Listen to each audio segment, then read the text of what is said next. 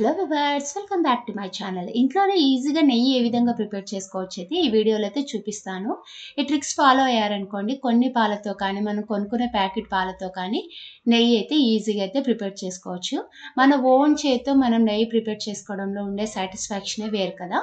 అందుకొరకైతే మనం చూస్ చేసుకునే మిల్క్ అనేటివి బాగా చిక్కగా ఉన్న మిల్క్ అయితే చూస్ చేసుకోవాలి. ఈ విధంగా మిల్క్ తీసుకున్న తర్వాత ఒకసారి కాగపెట్టేసి చల్లార్చి మళ్ళీ ఇంకోసారి అయితే కాగపెట్టాలి. ఈ విధంగా కాగపెట్టడం వల్ల 2 టైమ్స్ మీగడ మంచిగా ఫామ్ అవుతుంది. ఈ పాలు కంప్లీట్‌గా చల్లారిన తర్వాత ఫ్రిడ్జ్‌లో పెట్టేసుకోవాలి. ఇలా ఫ్రిడ్జ్‌లో పెట్టుకోవడం వల్ల పాలలో ఉండే ఫ్యాట్ మొత్తం పైకి వచ్చేసి థిక్ లేయర్‌లో మీగడ అనేది ఫామ్ అయిపోతుంది. ఈ విధంగా మీగడ అయితే ఫామ్ అయిపోతుంది. వీటిని మనం కలెక్ట్ చేసుకోవాలి. ఒక 15 డేస్ 20 డేస్ సరిపడంత కలెక్ట్ చేసేసుకొని తర్వాత అయితే ఘీ ప్రిపేర్ చేసుకోవాలి దీంతో. అదే విధంగా పాల మింది మీగడ కలెక్ట్ చేసుకున్న తర్వాత మళ్ళీ పాలు కాచి కొద్ది గోరువెచ్చగా ఉండంగా మనం తోడు పెట్టేసుకొని ఆ పెరుగు మీద వచ్చే మీగడని కూడా మనం ఫ్రిడ్జ్‌లో పెట్టేసి కలెక్ట్ చేసుకోవచ్చు. ఏ సీజన్‌లోనైనా పెరుగు బాగా పేరాలంటే గోరువెచ్చగా ఉన్నప్పుడే పాలు ఈ విధంగా ఒక స్పూను పెరుగు వేసేసి ఎండుమిర్చి కానీ గ్రీన్ చిల్లీ కానీ వేసేసామనుకోండి, పెరుగు గడ్డ పెరుగులాగా అయితే బాగా అయితే పేరిపోతుంది. ప్రాసెస్ చేసుకున్న తర్వాత ఒక 20 డేస్ కానీ ఒక 25 డేస్ కానీ మన వీలుకు తగ్గట్టు మీగడని అయితే తీసేసుకున్న తర్వాత మీగడని మొత్తం వచ్చేసి మనము మజ్జిగ కవ్వం ఉంటుంది కదా చిలికేది, దాంతో కానీ చిలుకొచ్చు, లేకపోతే మిక్సీ జార్లో వేసి కానీ మిక్సీ పట్టుకోవచ్చు. బట్ ఇక్కడ ఒక ట్రిక్స్ అయితే ఫాలో అవ్వండి. చలికాలం బాగా చల్లగా ఉన్నప్పుడు రూమ్ టెంపరేచర్ వాటర్ వేసేసి గ్రైండ్ చేసుకోండి. లేదా బాగా క్లైమేట్ వచ్చేసి బయట హాట్గా ఉందంటే ఫ్రిడ్జ్లో పెట్టిన వాటర్ అయితే చూస్ చేసుకోండి. అలా చూస్ చేసుకోవడం వల్ల అయితే మనకు వెన్న అనేది చాలా బాగా వస్తుంది. ఇక్కడ నేనైతే 20 డేస్ మీగడైతే తీసుకున్నాను. ఈ 20 డేస్కి అయితే నాకు చాలా వెన్న వచ్చింది. రోజు మనం ఈ విధంగా ట్రిక్ ఫాలో అవుతూ తీసుకున్నామనుకోండి, కొద్ది పాలతో కానీ చాలా వెన్న అయితే వస్తుంది. అది చలికాలంలో అయితే ఇంకా బాగా వస్తుంది. మొత్తం కలెక్ట్ చేసుకున్న తర్వాత వెన్ననైతే నీట్‌గా వాష్ చేసేసుకోవాలి.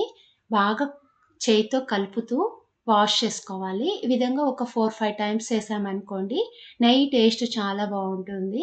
వెన్న నీట్‌గా వాష్ చేయలేదనుకోండి, నెయ్యి స్మెల్ అనేది కొద్దిగా డిఫరెంట్‌గా ఉంటుంది. అందుకోసమైతే ఎప్పటికైనా కానీ వెన్నని నీట్‌గా అయితే వాష్ చేసుకోవాలి. ఈ విధంగా వాష్ చేసుకొని ఒక మందంగా ఉన్న కడాయిలో అయితే తీసేసుకోవాలి. ఈ విధంగా తీసేసుకున్న తర్వాత మనకెప్పుడన్నా బటర్ అవసరం అవుతుంది అనిపిస్తే ఈ విధంగా ఒక బటర్ పేపర్‌లోన కొద్ది వెన్న తీసేసుకొని దాన్ని నీట్‌గా స్ప్రెడ్ చేసేసుకొని డీప్ ఫ్రిడ్జ్‌లో పెట్టేసేయండి. ఒక 4, 5 అవర్స్ డీప్ ఫ్రిడ్జ్‌లో పెట్టేసుకొని మళ్ళీ దాన్ని బయట పెట్టేసి ఒక 10 మినిట్స్ తర్వాత చిన్న చిన్న పీసెస్ లాగా అయితే కట్ చేసేసుకోండి. ఇలా చిన్న చిన్న పీసెస్ లాగా కట్ చేసేసుకొని ఒక బాక్స్‌లో అయితే స్టోర్ చేసేసుకోవాలి. ఈ విధంగా స్టోర్ చేసేసుకొని మనం డైలీ కుకింగ్‌లో అయితే చాలా టైమ్స్ అయితే బటర్ అయితే యూజ్ చేస్తూ ఉంటాం కదా. చపాతీ మీద స్ప్రెడ్ చేసుకోవడానికి కానీ, దోస మీద స్ప్రెడ్ చేసుకోవడానికి కానీ, ఏదైనా నాన్స్ ప్రిపేర్ చేసుకున్నప్పుడు, పరోటాస్ ప్రిపేర్ చేసుకున్నప్పుడు కానీ, టోస్ట్ ప్రిపేర్ చేసుకున్నప్పుడు కానీ యూజ్ చేస్తూ ఉంటాం కదా. ఇలాంటి టైంలో మళ్ళీ మనం బయట నుంచి స్పెషల్‌గా ప్రాసెస్డ్ బటర్ అనేది తెప్పించాల్సిన అవసరం లేదు. మనం ఘీ ప్రిపేర్ చేసుకున్నప్పుడు ఈ విధంగా బటర్‌ని కూడా మనం స్టోర్ చేసుకుంటే సరిపోతుంది. అదేవిధంగా మనం ఘీ ప్రిపేర్ చేసుకునేటప్పుడు ఒక మందం కడాయి అయితే ప్రిఫర్ చేయాలి. ఈ విధంగా సిమ్‌లో పెట్టేసి అయితే మనం బాగా కలుపుతూ అయితే ఘీ ప్రిపేర్ చేసేసుకోవాలి. ఎప్పుడైనా కానీ హై ఫ్లేమ్‌లో అయితే ఘీ అయితే ప్రిపేర్ చేసుకోకూడదు. హై ఫ్లేమ్‌లో చేసుకోవడం వల్ల ఘీ అనేది అడుగంటిపోతుంది త్వరగా. ఈ విధంగా కన్సిస్టెన్సీ వచ్చిన తర్వాత దీంట్లోకి తమలపాకులు, ఒక స్పూన్ మెంతులు, అదేవిధంగా కొద్ది బెల్లము, అదేవిధంగా గుప్పెడు కరివేపాకులు కూడా యాడ్ చేసేసుకోవాలి. ఇక్కడ మెంతులు వచ్చేసి యాడ్ చేయడం వల్ల చాలా మంచి ఫ్లేవరు, టేస్ట్ కూడా చాలా బాగుంటుంది. ఎస్పెషల్‌గా మెంతులు ఎప్పుడు ప్రిఫర్ చేస్తారంటే బటర్ తీసి చాలా రోజులైపోయింది, మీగడ తీసి చాలా రోజులైపోతుంది, ఏమైనా స్మెల్ వస్తుందేమో ఘీ అని అనిపించినప్పుడు ఈ విధంగా ఒక స్పూన్ మెంతులు యాడ్ చేసుకున్నాం అనుకోండి, ఘీ ఎటువంటి స్మెల్ లేకోకుండా ఫ్రెష్ స్మెల్ అయితే ఉంటుంది. చాలా టేస్టీగా కూడా ఉంటుంది. డెఫినెట్‌గా ఎప్పుడైనా ఘీ ప్రిపేర్ చేసుకున్నప్పుడు మెంతులు మాత్రం స్కిప్ చేయకుండా యాడ్ చేసేసుకోండి. అదేవిధంగా ఇక్కడ లీవ్స్ అన్నీ బాగా క్రిస్పీగా అయిన తర్వాత అయితే నేను సపరేట్ చేశాను. వీటిని సపరేట్ చేసేసి పిల్లలకి ఇచ్చేసామనుకోండి చాలా ఇష్టంగా తింటారు. చాలా టేస్టీగా కూడా ఉంటుంది.